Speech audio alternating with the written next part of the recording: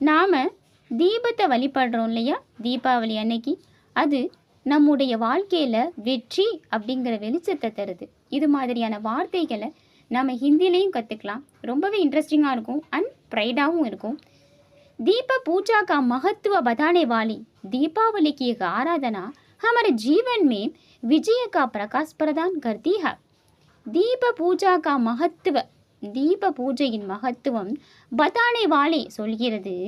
தீபாவளிக்கு एक ஆராதனா, தீபாவளியின் இந்த ஆராதனை हमारे जीवन में நம்முடைய வாழ்க்கையில் விஜய கா பிரகாஷ் பிரதான் करती है, வெற்றி அப்படிங்கிற வெளிச்சத்தை உணர்த்துது.